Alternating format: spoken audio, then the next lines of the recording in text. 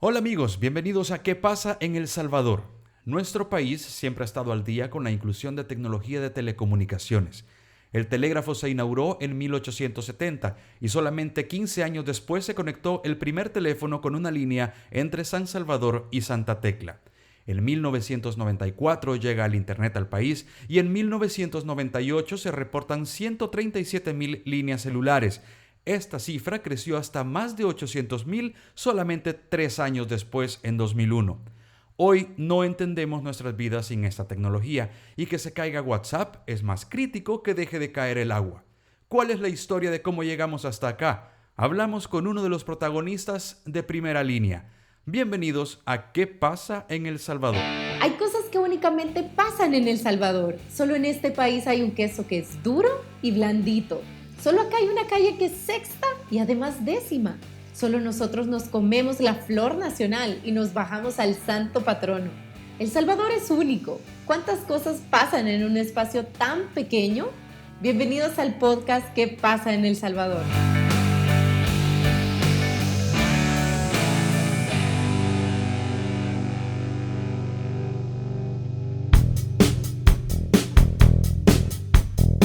Bienvenidos al podcast ¿Qué pasa en El Salvador? ¿Y qué pasa en El Salvador? Han pasado muchas cosas en El Salvador.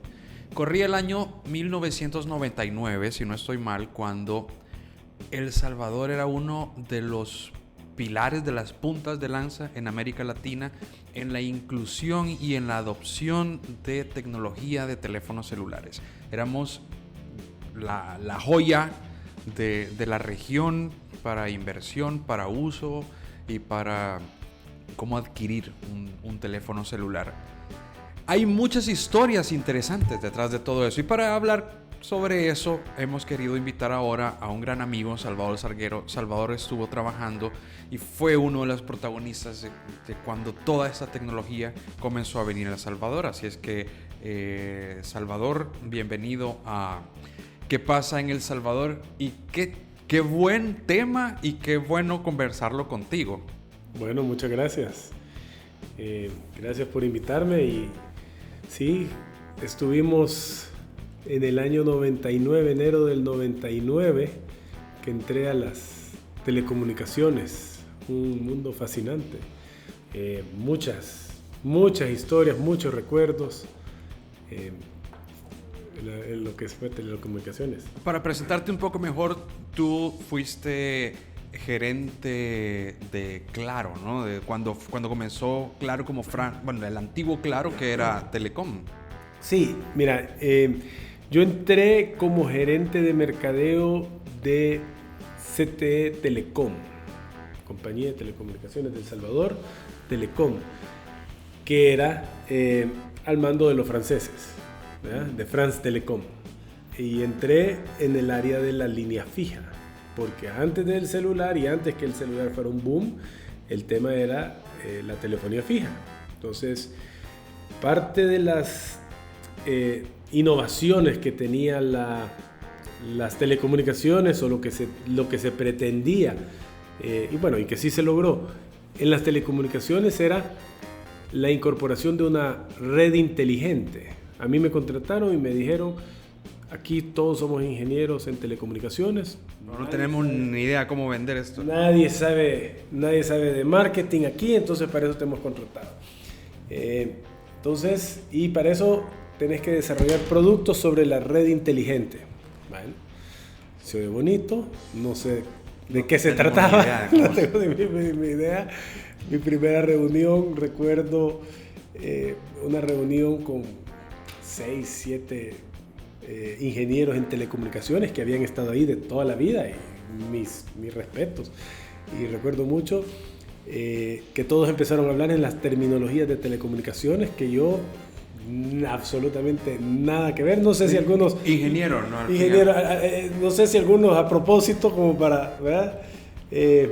Pero sí empezaron a hablar de todas las terminologías y todo eso, pero siempre en el tema de telefonía fija y las llamadas internacionales, el 155.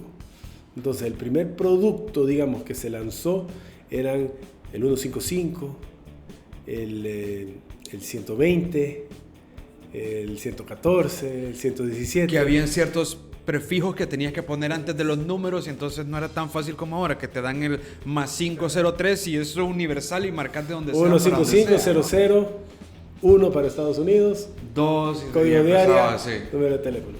Entonces, y el prefijo indicaba cuál era la compañía en la que ibas a sacar la llamada y por lo tanto quién era el que iba a cobrar la llamada. Exactamente. Entonces todo eso, el diseño de las facturas, el cobro por los diferentes servicios de valor agregado sobre la línea fija, el que en inglés se llama, llamada en espera, que es el call waiting, llamada en espera, llamada tripartita, redireccionamiento de llamadas.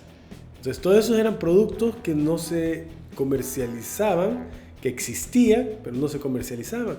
Los famosos números 800, que en Estados Unidos ya tienen años y siempre han existido. Uh-huh. Aquí teníamos esa plataforma de red inteligente que había que programarla, pero también había que comunicarla. Pero ¿cómo le explicas a alguien? Había que enseñarle a la gente. Algo interesante, porque en Estados Unidos decido que hay un número 800 para que le salga gratis al que hable. Sí. Bueno, ok, pero aquí la empresa te decía, pero ¿para qué voy a pagarle si de todos modos ya no hay necesidad? Porque eran centavos el minuto. Entonces no es como que sea un gran costo. Tú ya estás acostumbrado a hablar por teléfono a una empresa y pagar por esa llamada. Sí. ¿Verdad? También habían 300 impulsos incluidos. No sé si te recordás que decía no, eso no. Lo que tú pagabas de cuota fija ya venía con impulsos incluidos. No era por tiempo. No era por tiempo, porque era analógico. Entonces el tema era, los impulsos eran cuántos impulsos habían por minuto. Claro, podían ser 3 impulsos, podían ser 5 impulsos, podían ser 2 impulsos. Entonces, vos te decían, ya te incluye impulsos. Pero claro, ¿cómo lo traducimos? ¿Cómo nos traducimos eso? Ajá. Para los simples mortales no sabías. Tú ya sabías de que venía algo incluido. Pero tenías 300 impulsos. Entonces, todas esas cosas había que explicarlas. Se lanzaron. En ese entonces, lo que era línea fija y celulares estaba separado. Digamos, incluso administrativamente y todo, teníamos la marca Personal y Personal Express. Sí. Personal era el postpago, Personal Express era el prepago. Pero venías de tener cabinas en la calle para que la gente hablara por teléfono. Entonces veníamos de ahí, ¿no? De esa cultura, la gente que se bajaba del bus y había un teléfono público metido. Sí. Entonces, primero era vender más los servicios de telefonía fija. Llamadas internacionales y estos servicios de valor agregado. Otra innovación era el expandir la red de telefonía pública para más acceso a la población. Creo que eran como 10.000 o 13.000 teléfonos públicos que se tenían que instalar en 5 años. Entonces había una gran inversión en instalar teléfonos públicos.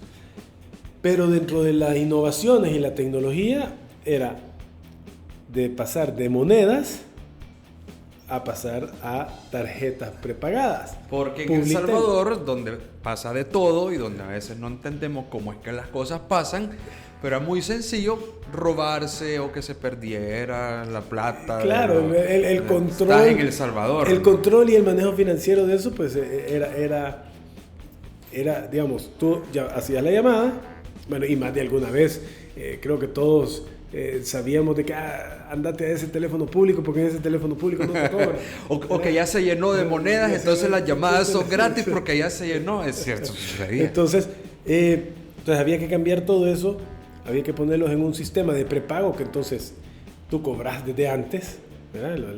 La tarjeta prepago de Publitel con chip que se metía y ahí te daba todas las llamadas que podías hacer. Entonces, eso era Publitel, de telefonía pública. Entonces así fue como se fue desarrollando el tema también de prepago. Mira, y todas esas cosas que se habrán hecho, o sea, las recogieron de la calle, las tiraron, estaban en algún en alguna bodega o la rifaron o No sé, no sé a dónde estarán, pero fuera bonito tener uno en tu casa. Tener algunas o comprar algunas, tanto de moneda como estas de chip. Creo que, bueno, no sé si todavía habrán.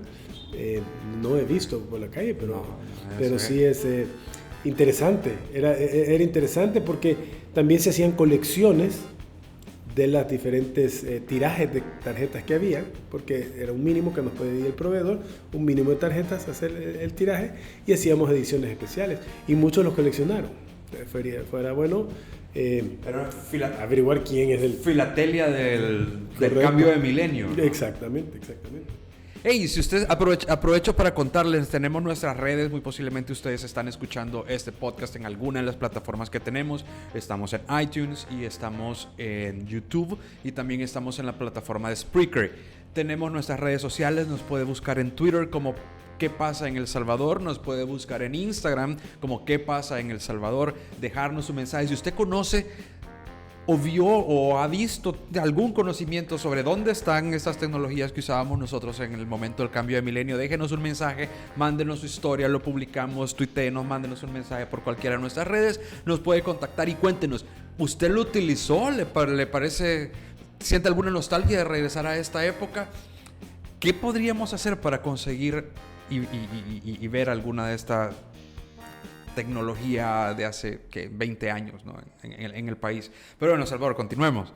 Entonces, la expansión, otra cosa importante, interesante también, que fueron, digamos, de esos hitos que se van dando, era el cambio de numeración.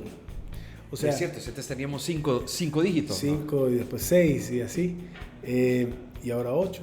Y era San Salvador era 2, Santana era 4, San Miguel era 6. Entonces había un montón de temas, obviamente también temas legales, en ese sentido de ver cuál era la zona. No había portabilidad numérica, pero siempre el cliente, digamos, era un poco cambiar también cambiar el chip de qué es lo que quiere el cliente, más de que antes, que era la empresa de telecomunicaciones decide qué es lo que vos vas a tener. Entonces yo te digo que es esto y punto, y estas son las reglas. Sí, a diferencia de decir, con la competencia y la entrada de todas las empresas telefónicas, empieza la competencia y cada quien se empieza a fijar más en lo que el cliente está demandando para poderle ofrecer esos servicios.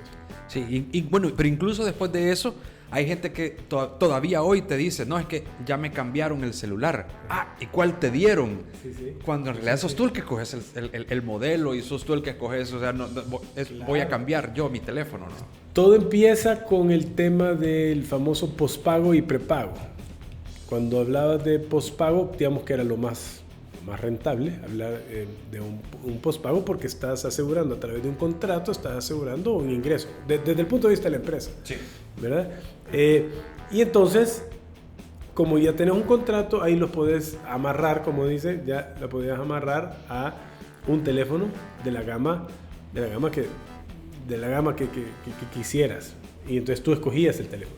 Mientras más caro el teléfono, más caro el plan, porque tenés que pagar. Exacto. O pagabas más al principio y todo eso.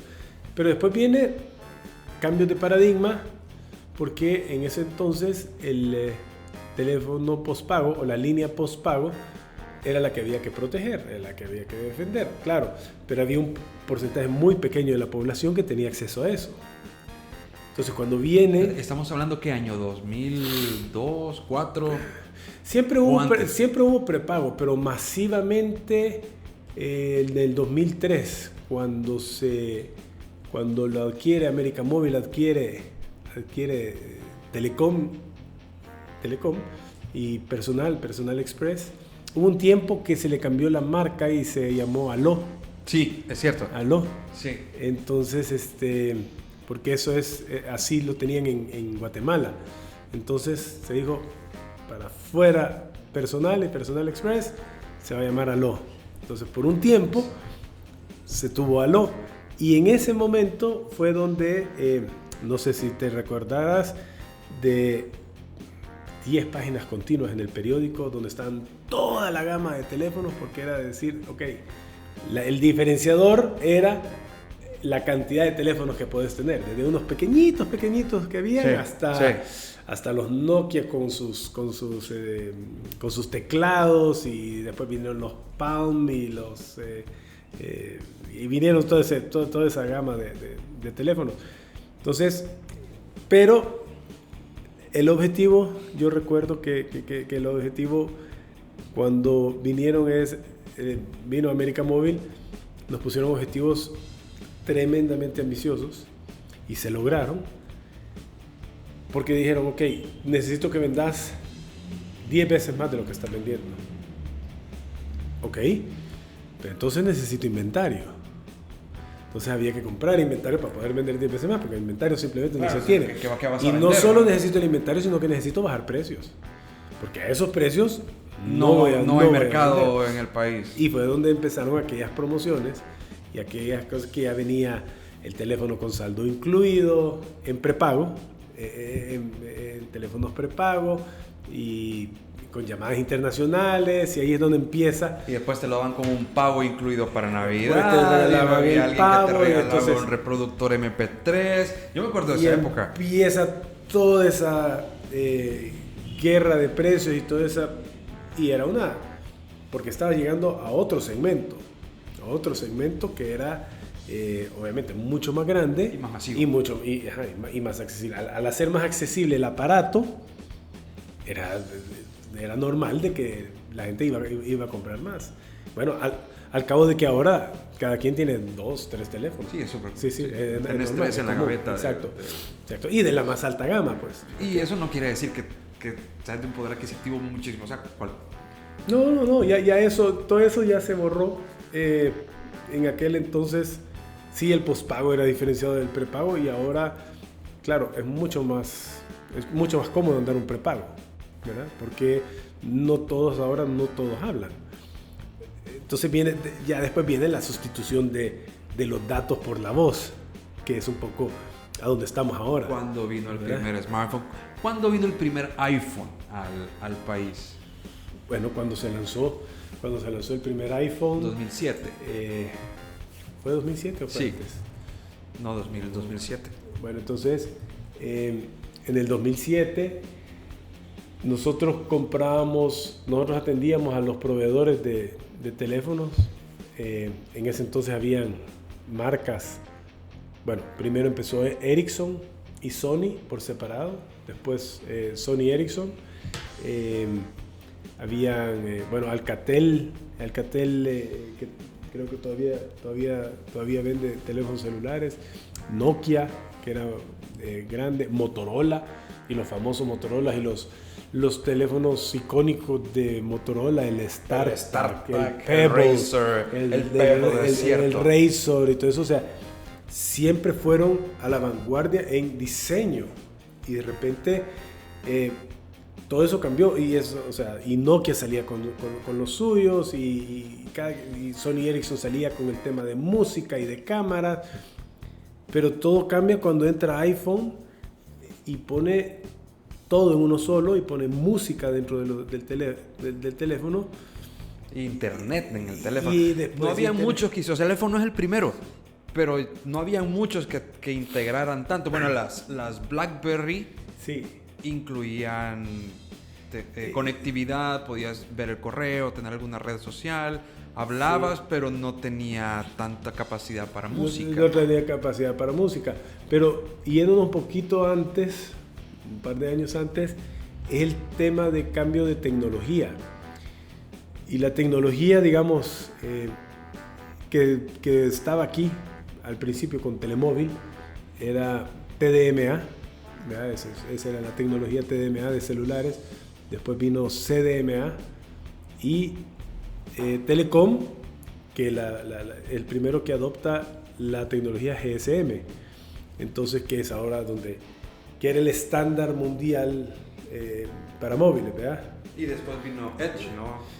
Bueno, ya sobre esas plataformas. Ajá. No soy yo técnico para poderte explicar, digamos, pero eso ya era un acuerdo mundial de que sobre eso es que se tenía que ir montando. O sea, obviamente los fabricantes de cada... O sea, a un fabricante de equipos le salía complicado estar hablando de sacar un teléfono para una tecnología, para otra tecnología y para otra tecnología. Entonces se tenían que poner de acuerdo para ir en un solo estándar, y el estándar era GSM. Y ahí es donde, sobre eso es que viene Edge, donde viene... Y de ahí viene entonces ya el LTE, digamos que es diferente, pero sobre eso viene todo eso. Entonces cuando empiezan a hablar de todas esas tecnologías nuevas, era porque podían soportar mejores datos o ser más rápido en temas de datos. Y no en voz, porque la voz es la voz, sí. ¿Verdad? Pero ahora, de hecho, tenés todas estas aplicaciones como WhatsApp y todo eso, y podés hablar por teléfono también, pues, o sea, Skype y todo eso. Entonces, pero estás utilizando la red de datos. Exacto. No estás usando las redes de voz. Y así es como también ahora los teléfonos ahora ya vienen más hacia multimedia. Hacia los datos.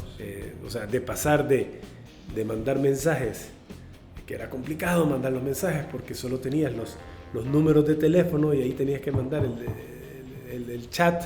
El famoso SMS. Mandar el SMS, que iba por otro lado, por SMS. Entonces era el iPhone viene a cambiar todo eso, ¿verdad? Entonces, y nuevamente iPhone hace ese nueva innovación, y como ya nos tiene acostumbrados a cambiar cada 6 meses o cada cierto tiempo, empezar a cambiar y a traer más modelos, o el mismo modelo, irlo evolucionando y poniéndole más cosas y más. Yo no me acuerdo antes cómo era, pero los planes duraban igual 18 meses como ahora, o eran de 18 y de 24 meses. Igual que no hay mucho cambio. Sí. Porque el iPhone lo que trajo es que nos vamos a actualizar un modelo nuevo cada año. Sí. Y entonces tú adquirís un modelo y pensás que lo vas a actualizar tal vez 2 modelos después, ¿no? Más o menos a los 2 años, a los 24 meses. Siempre ha sido así, ¿no? Sí, siempre ha sido así. Y entonces ahí después del punto de vista mercadológico, ya donde ya empezás a fidelizar al cliente por estarle dando ese nuevo aparato cuando viene, antes que haya salido. Y ahí es donde venía tu pregunta de los primeros iPhones. Acordemos que los primeros iPhones salen en Estados Unidos y no eran para todas las redes. Entonces, digamos que había un mercado gris, por así decirlo,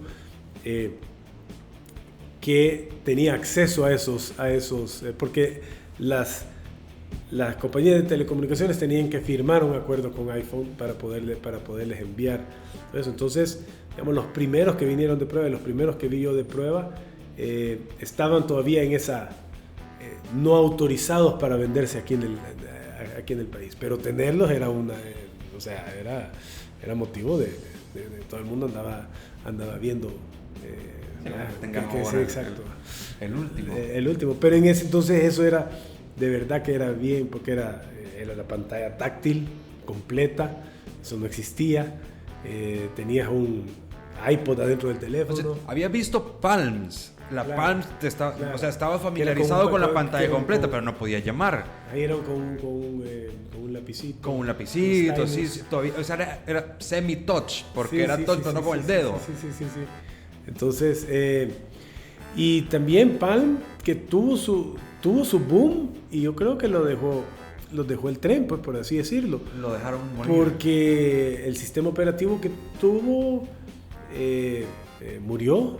Y, o sea, nunca quisieron venderlo.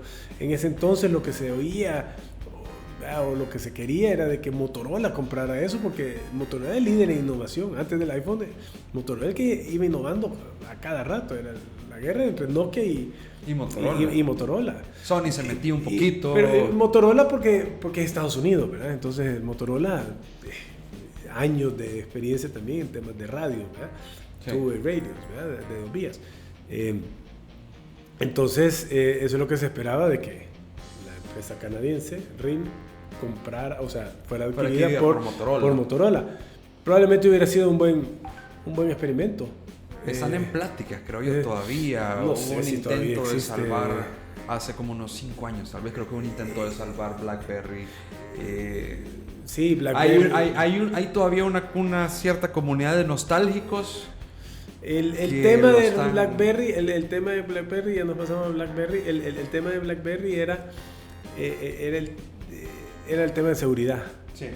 ¿Verdad? Que estaba encriptado y entonces muchas empresas preferían ese. Nuevamente, como era en Estados Unidos, y Estados Unidos es un mercado enorme, pero y Estados Unidos no ve más allá, pero todo el mundo no tenía BlackBerry. Entonces, ahí es donde empieza la competencia y iPhone vino a ser. A ganarles en la parte de innovación y todo, y después meterle video. Pero bueno, no. Interesantísimo. ¿Y a dónde vamos? ¿No? Sí. Nos falta un par de años y un par de cosas que tenemos que discutir. Vamos a tener que hacer una segunda versión segunda edición del podcast, pero no, o sea, es súper interesante. Quizás podemos invitar a un técnico para que nos explique un poco más de todo eso, porque mira, yo siendo mercadólogo comercial, en meterse en el mundo de las telecomunicaciones y en este tema de innovación es impresionante y es apasionante, porque hay más, las cosas que antes ni siquiera nos imaginábamos, la capacidad de memorias, por ejemplo, de nuestras computadoras, de nuestros celulares. Ahora tenemos en un celular tenemos más memoria que la que tenemos en la computadora de escritorios. Ajá, entonces, la velocidad de los procesadores y todo, que ya para mí es magia, pues, porque es casi, ahora estás hablando de teras, de terabits y todo eso, cuando antes era inimaginable todo eso, la velocidad que vemos. O las velocidades ahora. O sea, entonces, hacia dónde vamos y cómo manejar todo eso, y la presión que hay entre ofrecer servicios que cada vez los desarrollos son caros, pero los usuarios lo quieren lo más barato posible. Y las empresas están aprendiendo a subsidiar estos costos, a ver cómo los pueden sacar. Porque vos no querés de gratis. Claro. Vos no querés de gratis. Claro, y vos te vas a ir con quién te dé el teléfono más barato, el último teléfono más barato, a una cuota más baja. Bueno, no, Salvador, interesantísimo. Hey, súper interesante esta conversación. Recuérdenos que usted nos puede buscar en Twitter, nos puede dejar un mensaje, nos puede dejar una historia en Instagram, nos busca como ¿Qué pasa en El Salvador? Es súper fácil encontrarnos. Y bueno, será hasta la próxima, Salvador. Muchas gracias, siempre sos bienvenido acá. Y bueno, nada, denos un like, compártanos, búsquenos en nuestras redes y nosotros estaremos encantados de seguir contando más de qué es lo que está pasando en El Salvador. Hasta la próxima.